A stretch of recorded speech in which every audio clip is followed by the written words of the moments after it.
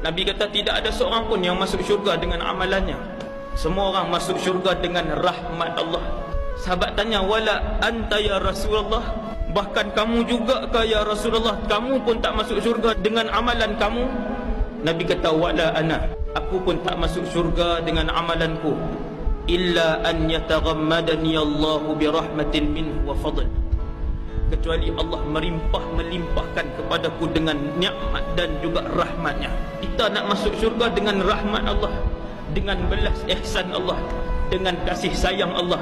Akan tetapi Allah nak sayang, Allah nak kasih, Allah nak limpahkan rahmat itu bila Allah tengok banyak tak buat amal ibadah, banyak tak buat ketaatan kepada Allah, banyak tak buat benda-benda yang Allah redha waktu hidup di muka bumi dulu.